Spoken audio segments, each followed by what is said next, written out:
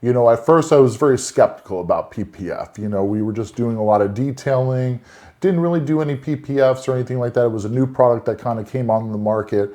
But as I started looking into it and we started using it actually on some of our fleet vehicles internally to kind of test it out, I will definitely say it's very, very much worth it. You know, it definitely helps out with rock chips, any sort of debris coming from the road itself as you drive down on the freeways and the highways. So it's very, very much worth it. We had one of our fleet vehicles that we put PPF on, and he had a circle dot that got hit with a rock onto his hood that made a nice circle dot on it, but none of the paint had been chipped off at all.